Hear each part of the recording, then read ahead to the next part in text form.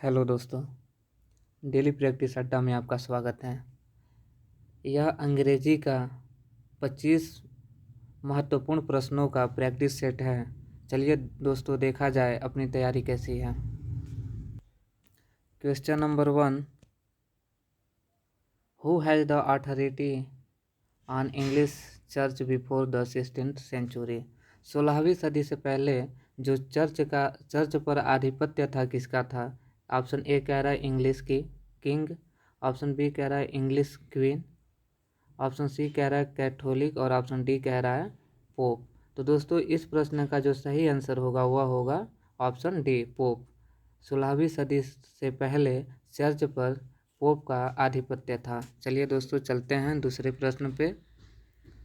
और question number 2, in which century violent clashes were found between Catholics and Protestants.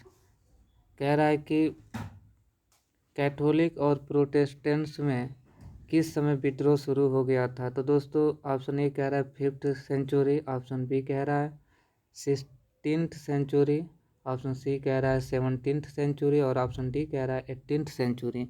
दोस्तों इस प्रश्न का जो राइट आंसर होगा वह होगा ऑप्शन बी। 16वीं सदी में जो क्रिश्चियन थे दो वर्गों में बट गए और उन लोगों में विद्रोह चालू हो गया। Question number 3, in which year did the first folio of Shakespeare's play appear. कह रहा है कि इनमें से किस वर्ष में विलियम शेक्सपियर का जो फोलियो था वो देखने को मिला था यानी जारी हुआ था। ऑप्शन ए कह रहा है 1620, 1620, ऑप्शन बी कह रहा है 1624, ऑप्शन सी कह रहा है 1623 और ऑप्शन डी कह रहा है 1625। दोस्तों इस प्रश्न का जो राइट आंसर होगा वो होगा ऑप्शन सी। 1623 में विलियम शेक्सपियर का फर्स्ट फोलियो जारी हुआ था। चलिए दोस्तों चलते हैं next question number 4। Question number 4 कह रहा है which movement is also known as religious and political movement in England. Option A कह रहा है कि रिफॉर्मेशन, ऑप्शन बी कह रहा है कैथोलिक, ऑप्शन सी कह रहा है प्रोटेस्टेंट और ऑप्शन डी कह रहा है रेनेसेंस। तो दोस्तों इस प्रश्न का जो सही आंसर होगा वह होगा ऑप्शन ए रिफॉर्मेशन। चलिए दोस्तों चलते हैं नेक्स्ट प्रश्न question number 5। In the play the Tempest Prospero is the duke of. कह रहा है कि प्रोस्पिरो प्ले में जो टेम्पेस्ट प्ले में जो प्रोस्पिरो था वह कहाँ का ड्यूक था। ऑप्शन ए कह रहा है मिलान, ऑप्शन बी कह रहा है केंट और ऑप्शन सी कह रहा है एडिनबर्ग और ऑप्शन डी कह रहा है नेपल्स। तो दोस्तों इस प्रश्न का जो राइट आंसर होगा वह होगा मिलान। जो प्रोस्पिरो था वह मिलान का ड्यूक था टेम्पेस्ट प्ले में और यह टेम्पेस्ट प्ले जो लिखा था विलियम शेक्सपियर ने लिखा था, विलियम शेक्सपियर ने। चलिए दोस्तों चलते हैं next question number 6। The Normans conquered England in the battle of Hastings इन।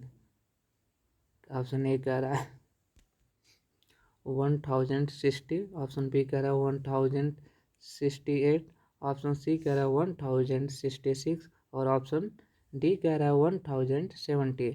दोस्तों इस प्रश्न का जो राइट आंसर होगा वो होगा ऑप्शन सी। जो नॉर्मन्स था वह 1066 में बैटल यह हुआ था और यह विजय हुआ था। चलिए दोस्तों चलते हैं next question number 7। Epithalamion is a poem written to celebrate a. कह रहा है कि एपिथेलेमियन जो पोयम होता है किसको सेलिब्रेट करने के लिए होता है। ऑप्शन ए कह रहा है चाइल्ड बर्थ, ऑप्शन बी कह रहा है मैरिज, ऑप्शन सी कह रहा है वार सक्सेस और ऑप्शन डी कह रहा है यूनियन ऑफ फ्रेंड्स। तो दोस्तों इस प्रश्न का जो राइट आंसर होगा वो होगा ऑप्शन बी। जो एपिथेलियन होता है वह शादी समारोह को सेलिब्रेट करने के लिए होता यह पोयम लिखा जाता है। चलिए दोस्तों चलते हैं next question number 8। Elizabethan age the English literature लॉस्टेड।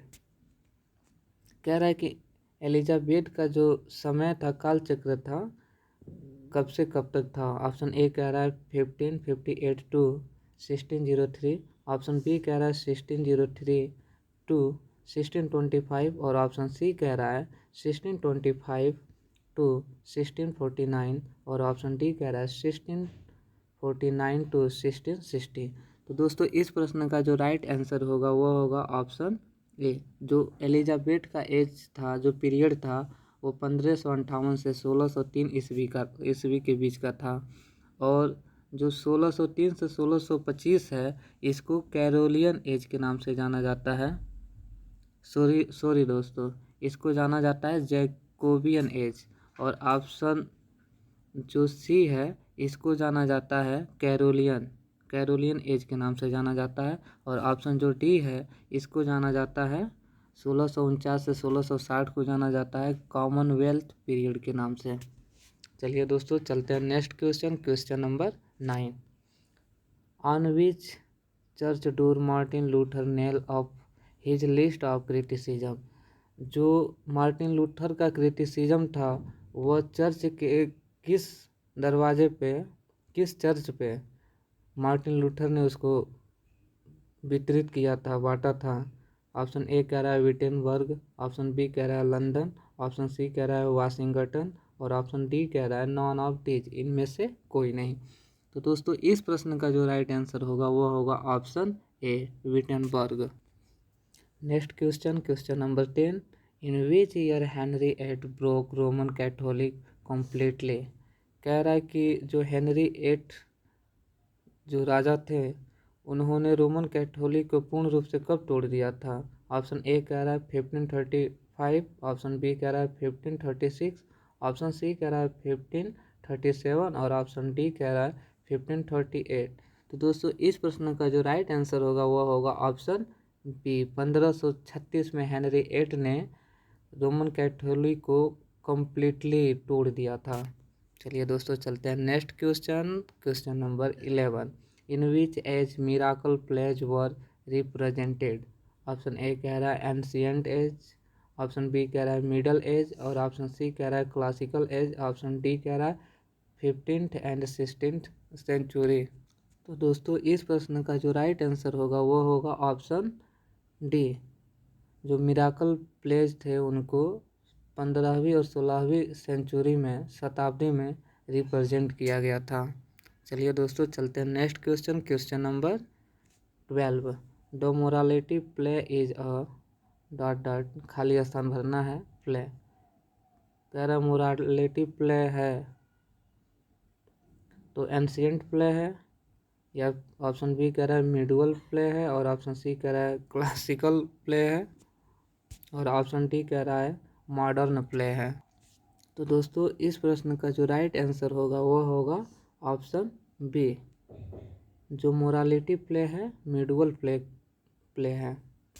चलिए दोस्तों चलते हैं next question number 13। Who was the Sant Nicholas. कह रहा है कि संत निकोलस कौन थे? ऑप्शन ए कह रहा है 3rd century bishop, option B कह रहा है 4th century bishop, option C कह रहा है 5th सेंचुरी बिशप और ऑप्शन डी कह रहा है 6th सेंचुरी बिशप। तो दोस्तों इस प्रश्न का जो राइट आंसर होगा वह होगा ऑप्शन डी। जो निकोलस थे 6वीं शताब्दी के बिशप थे। चलिए दोस्तों चलते हैं question number 14। In which century miracle plays were banned. कह रहा है कि मिराकल जो प्ले था वो किस शताब्दी में बंद कर दिया गया, उसको बैन कर दिया गया? ऑप्शन ए कह रहा है मिड 15th, ऑप्शन बी कह रहा है कि मिड 16th और ऑप्शन सी कह रहा है मिड 17th, ऑप्शन डी कह रहा है मिड 18th। तो दोस्तों इस प्रश्न का जो राइट आंसर होगा वह होगा ऑप्शन बी। 16वीं सदी के मध्य में मिराकल प्ले को बैन कर दिया गया।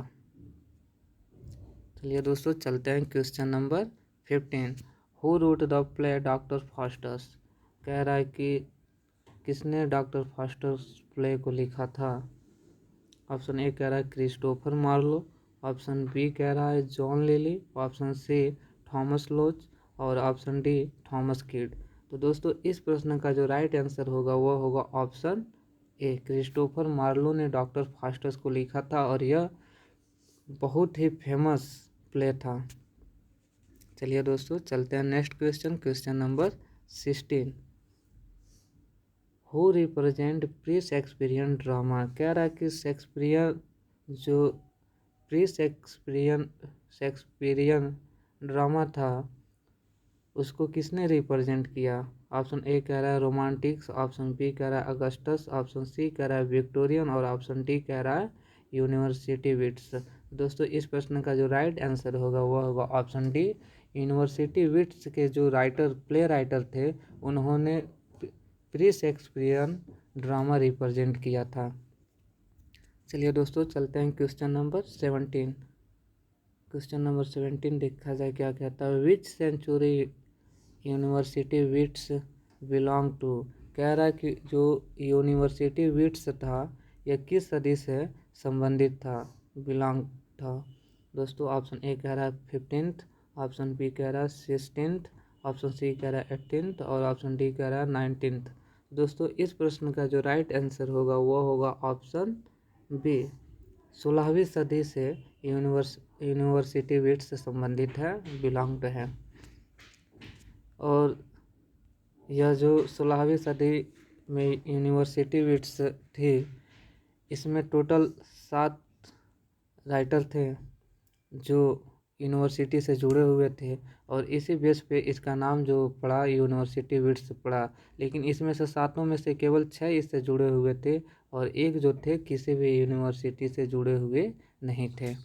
चलिए दोस्तों चलते हैं next question, question number 18। The rhyme royal stanza consists of 7 lines usually in iambic pentameter. The rhyme scheme is। कह रहा है कि जो रॉयल स्टेंजा कॉन्सिस्ट्स है 7 लाइनों की, वो कह रहा है कि जो उसका आइम्बिक पेंटामीटर है वो इनमें से किस तरीके से लिखा जाता है। ऑप्शन ए कह रहा है कि ए बी बी सी सी और ऑप्शन बी कह रहा है ए बी सी और ऑप्शन सी कह रहा है ए बी सी और ऑप्शन डी कह रहा है सी डी सी। तो दोस्तों इसका जो राइट आंसर होगा वो होगा ऑप्शन ए। जो रॉयल स्टेंजा के जो 7 लाइन होते हैं उसको A B B C iambic pentameter में लिखा जाता है। चलिए दोस्तों चलते हैं next question, question number 19। Comedy of manners was revived in France bye.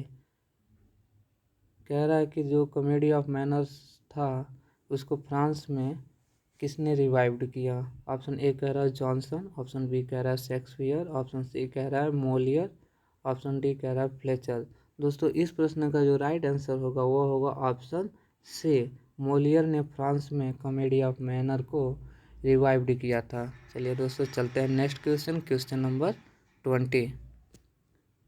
The comedy of manners flourished in England during. कह रहा है द कॉमेडी ऑफ मैनर्स किस समय में, किसके कालचक्र में फ्लोराइज्ड हुआ इंग्लैंड में। ऑप्शन ए कह रहा है एलिजाबेथन एज, ऑप्शन बी कह रहा है रोमांटिक एज, ऑप्शन सी कह रहा है रेस्टोरेशन एज और ऑप्शन डी कह रहा है मॉडर्न एज। तो दोस्तों इस प्रश्न का जो राइट आंसर होगा वो होगा ऑप्शन सी। रेस्टोरेशन एज में, जो रेस्टोरेशन का जो काल चक्र था उस समय the comedy of manners England में काफ़ी फ्लोराइज्ड हुआ था। चलिए दोस्तों चलते हैं next question, question number 21। An elegy written in a country churchyard 1750 is written by. कह रहा है कि एन इलेजी कंट्री चर्चयार्ड किसके द्वारा लिखा गया था।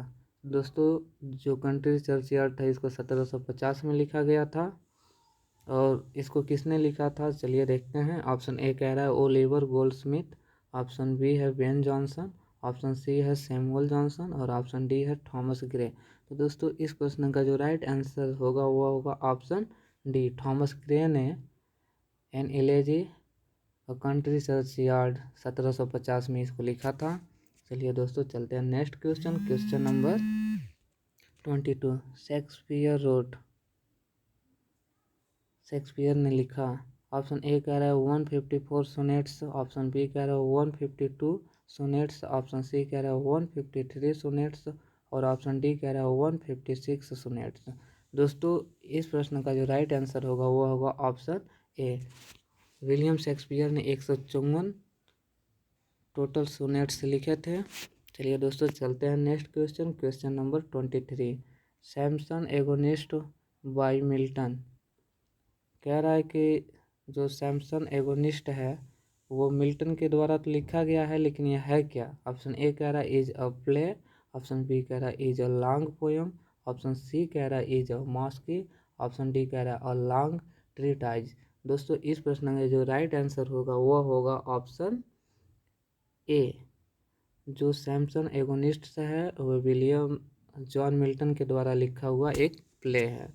चलिए दोस्तों चलते हैं next question, question number 24। Who is the writer of history of Britain. कह रहा है कि हिस्ट्री ऑफ ब्रिटेन के लेखक कौन है? ऑप्शन ए कह रहा है William Shakespeare, option B John Milton, option C William Wordsworth और ऑप्शन डी जॉन गॉल्सवर्थी। तो दोस्तों हिस्ट्री ऑफ ब्रिटेन के जो लेखक हैं, जो राइटर हैं, वो है जॉन मिल्टन। चलिए दोस्तों चलते हैं next question, question number 25। In which year Milton's paradise lost was published. कह रहा है कि मिल्टन का जो पैराडाइज लॉस्ट जो प्ले था इनमें से किस वर्ष वह पब्लिश हुआ था? ऑप्शन ए कह रहा है 1678, ऑप्शन बी कह रहा है 1667 1667, ऑप्शन सी कह रहा है 1670 और ऑप्शन डी कह रहा है 1671। तो दोस्तों इसका जो राइट आंसर होगा वह होगा ऑप्शन बी 1667। 1667 में जॉन मिल्टन का पैराडाइज लॉस्ट पब्लिश हुआ था। चलिए दोस्तों अगर आपको वीडियो अच्छा लगा हो तो आप चैनल को सब्सक्राइब अवश्य कर लें, जिससे हमारी नई वीडियो आपके तक आसानी से पहुंच सके। मिलते हैं अगले वीडियो में एक नई प्रैक्टिस के साथ।